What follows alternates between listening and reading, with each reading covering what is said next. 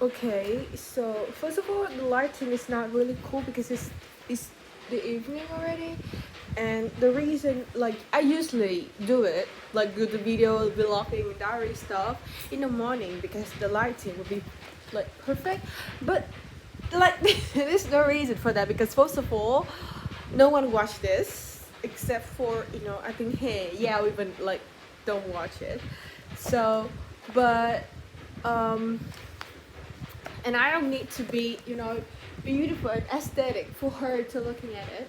So I don't think the lighting is important. And my brain just, went blank in the morning. So I think it's better that I do some kind of diary in the evening, and that makes more sense. Like, because I'm kind of a person that if I wake up, then I just, forget everything about the day that I just had lived yesterday, not to mention 2 days ago. So I think it's better that I should do it in the evening. Um, uh, First thing first, did I tell you that I watched a video called Boredom, yeah. It's not boredomness, it's boredom.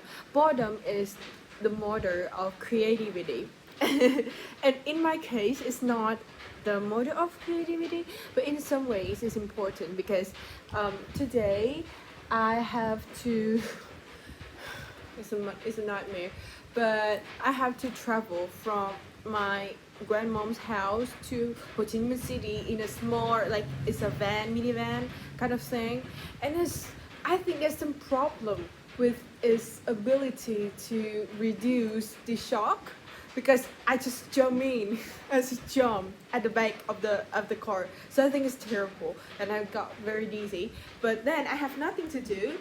I don't have the internet, and I don't have anybody to talk to. So I listen to the podcast that I just download in a hurry, and it was a podcast from a brother. He's a monk, and he talks about the three doors to liberty, and it's essentially the ideas from Thích Nhật Hạnh. Thầy Thích Nhật Hạnh. It's not from him, but he kind of elaborate and clarify on the matter. Let's say there are three things. If I remember correctly, so there are three things. So the first thing is, what was that? Emptiness. The second thing is the sightlessness, and the third thing is the endless. So the emptiness would be you have like you are empty, because if you take like every component of your outside, like just take it out, you will realize yourself at you are nothing, you are just purely empty. Like if you take food out of your existence, you cannot exist. If you take your mom and dad out of your existence, you can also not exist. And like the same applies to other elements that contribute to your life. So essentially, you are a constellation of everything, but at the same time, you are empty, because how can you identify yourself as? Like, it can go in two extremes, you see? Like, one is you are a constellation of everything, and the other is you are nothing. And I think it's so cool to think about. Like, that's why I think reading philosophy is important, because it's kind of taking LSD. What is it? Like the kind of weed or something. Like you can discover another kind of perspective, dimensions of yourself, of your existence, of your identity, of your persona that you don't usually like look at in a normal life, in a daily life. Like I would never, like on my, on my motorbike riding to work, thinking me as an empty object. No, I would never. But then when you read some kind of, or you listen to some kind of house, like it's very interesting to think about your life and your existence that way. That is so cool. Like I don't, and that no, there's a lot of things to say. I think this video can last for like 30 minutes or so.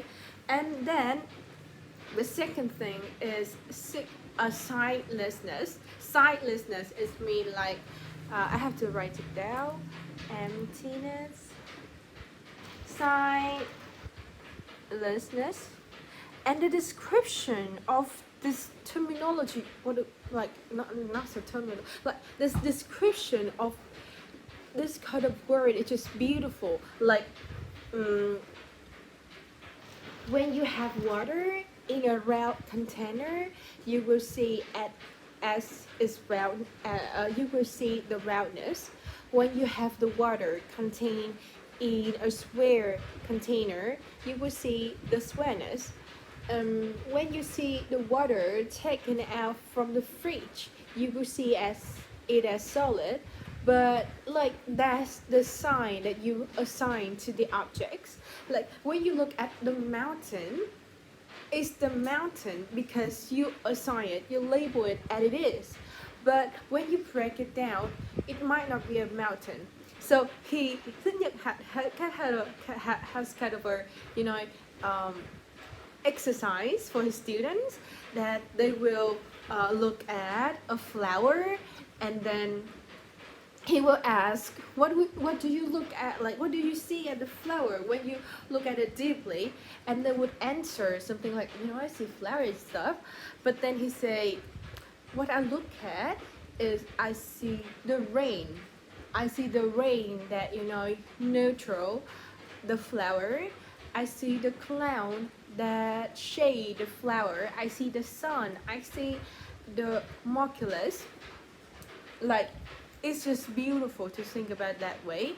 Also, like, so the I don't you know I don't think this kind of perspective in general will change my life dramatically, except for if I really dig in this kind of mindfulness and I really follow is ideology and apply it and embrace it to very granular, like granular, that's word, the very basic element of my life, like my daily tasks or so, then it would change. But then I just think it's a beautiful way to look at everything. And he say, like some days when you look at the cloud and you will you feel a tremendous kind of love for the specific cloud, because it gives you shade, it gives you rain, it gives you like the cool kind of comfortable feeling for the day. But then one day the cloud just disappeared. But because why you think it disappeared? Because you assign it, you label it as a concrete shape and concrete existence, but actually it just exists everywhere. It can exist in the a random tree that it provides rain to, or it can just exist in this cup of tea because I'm drinking from that cloud. That's so beautiful to think about life that way, because we are in many sense interdependent. And I think that's just a beautiful way to describe that interdependence. And the final thing is endless. And it's just funny because we need goal, we need aspiration to be motivated and be like really pursue something in life. But then I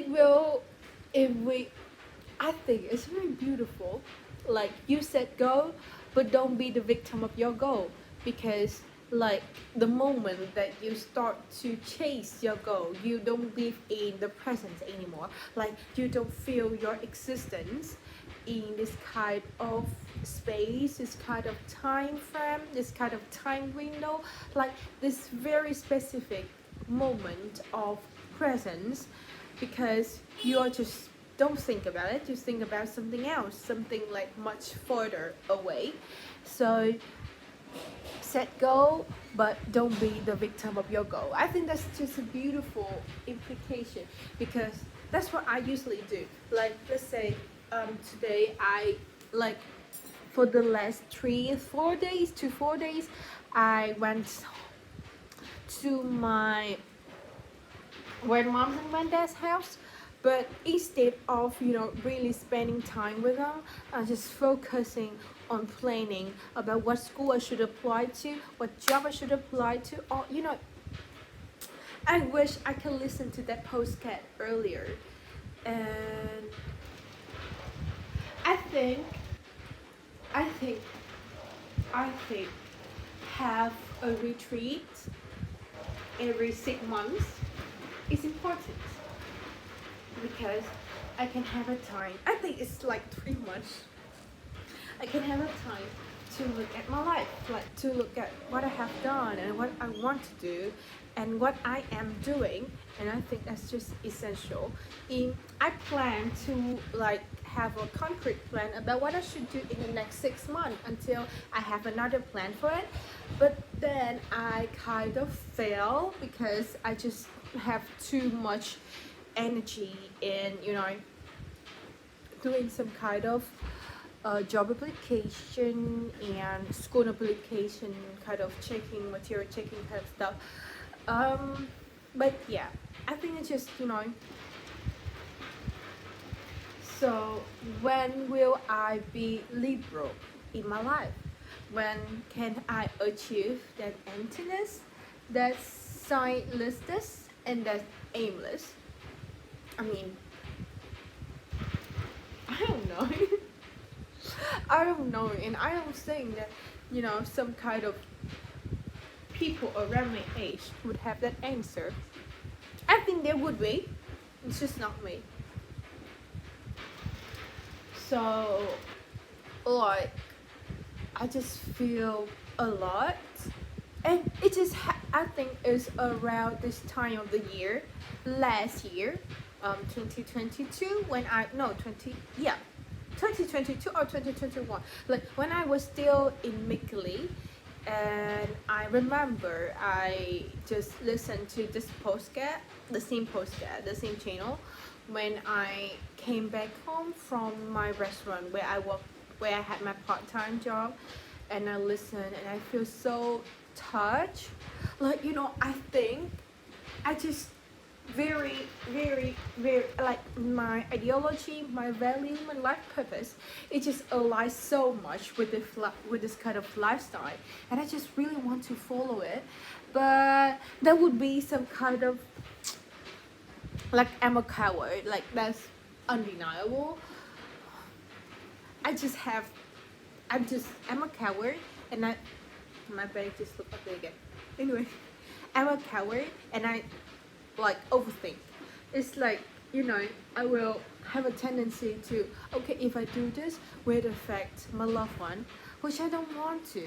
And like I wish if I don't have any boundaries, like I have no attachment with my loved ones, which at the same time I don't want to, because I would not live the same life if I can become reckless and irresponsible. Like it must be different. It must be different. It will not look like this. So it's very crazy that the more I discovered about myself and about the world and stuff, the more I aspire to be irresponsible. Like I just want, like, what if I just don't have any responsibility with my mom, my dad, my sister? I just want, like, I just live my old life. Then I should just have a much more different and free kind of life. But making them like, but being a nice person to my loved one is one of, like, you just is the most important thing in my life. So just so dilemma is just the position of your like responsibility to be irresponsible and responsible. Like I obviously for myself I had a responsibility to live to the fullest, to do whatever I want, do to what extent I would love to, but at the same time I also have a responsibility with my mom and my dad. I think I'm doing much lower than what they expect right now already, but I don't want to make things even worse. So I mean, I don't know. The question for my life is still open. So, uh, what I want to do today, um, like I think this question just remained open for like too long, since I got in like the university, it still remain open till now. Um, what do I want to do? Like, I want to map, I want to read more books, and I want to map my life. And you know, like if I don't care about my mom and my dad, I just do economics, which seems like I will because I'm too lazy of taking GMAT, like GMAT. Like this is a fucking, it's a hustle. Don't know if I can take it, but yeah, like I will leave it to August. I will seriously think about it in August, because I still have time till the application. But for like what I want to do with my life, what I want to become in the next 5 years, where I want to go to, where I want to, what I want to do, I think I have to map it right now. I think I will do it now, not on this video. I just share what I have learned through that postcard on this video, not like, you know, this kind of, and I will like try to map, and then I will come back to you later and I will describe it to you. But yeah, essentially that's the thing.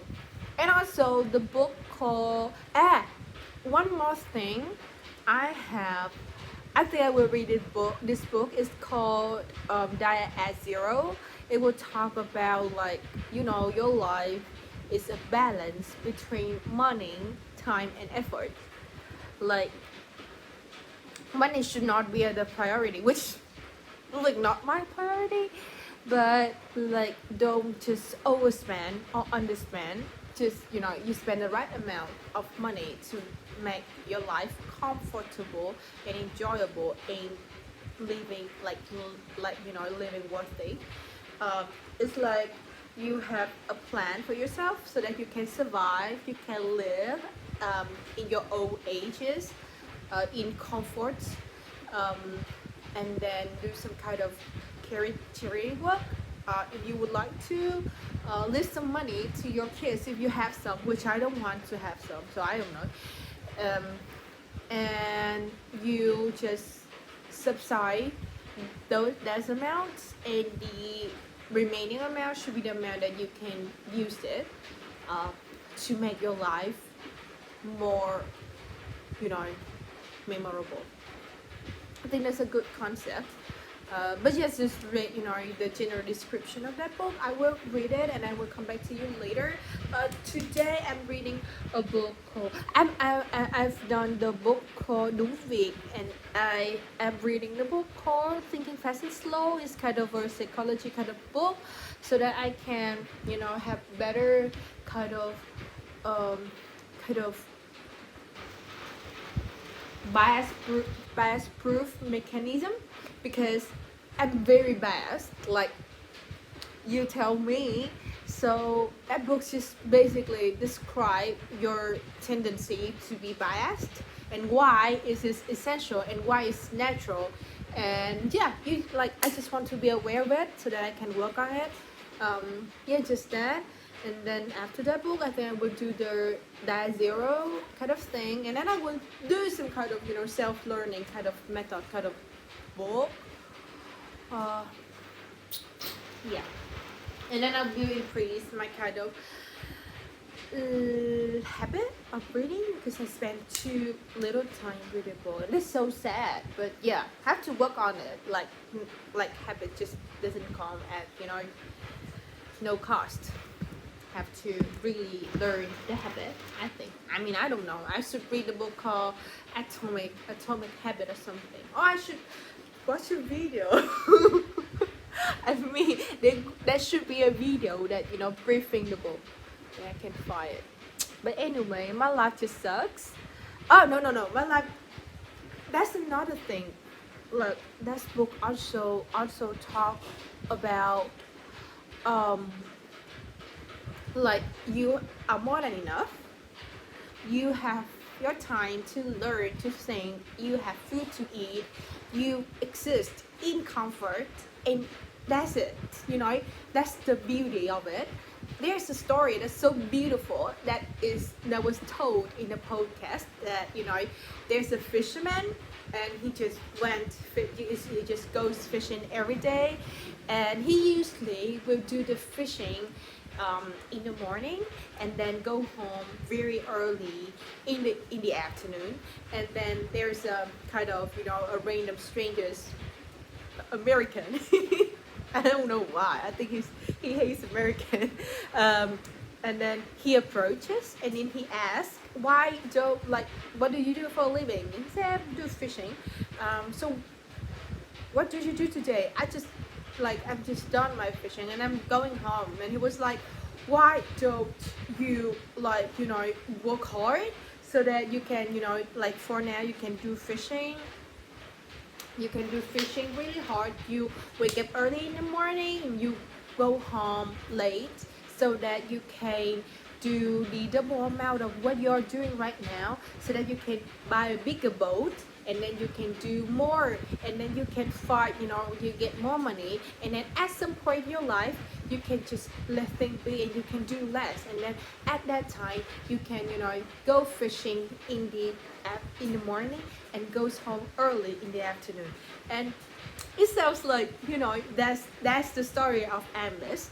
Like, you strive so hard for what you are right now. What I am right now, I'm healthy, I'm young, I have time, I'm happy, I'm with my friend, I'm with my family. Like, and I strive so that I can be with my family more, because essentially that's what I want. Like, I want to give them the best, which might be my existence in their life. um and I think the story is very, you know, it's very thought-provoking, and I need a deep discussion about that. Like, I think that kind of dilemma in the story, some kind of long-term investment versus, you know, short-term consumption kind of ideology going there.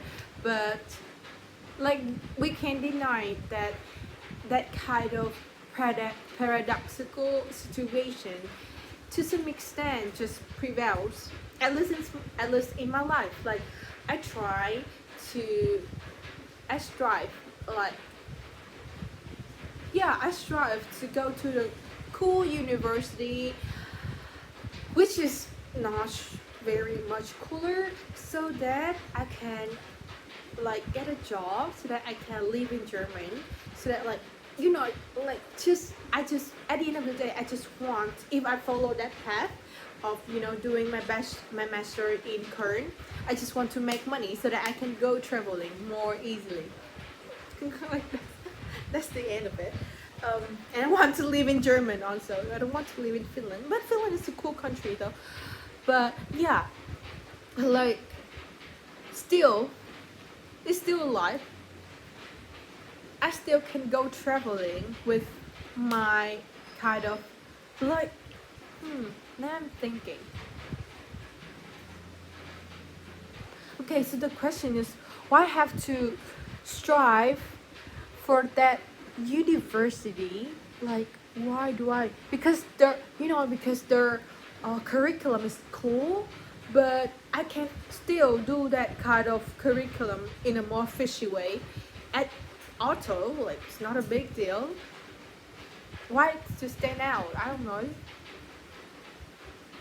Okay, that's cool. Maybe I just want to do my education in another university and not Finland. Finland's still cool. It's a fucking crisis. My gosh, like, my existential crisis just never stop. It just happened, you know. If it doesn't happen, it's just because I don't think about it, you know. Whenever I think about it, it just fucking happened. Like, Okay. That's why I have to work on this kind of, planning, rethinking, reflecting about my life. Okay, that's it. That's it for today. I'm too tired. Oh my gosh. Okay, bye bye bye bye bye bye. Love you.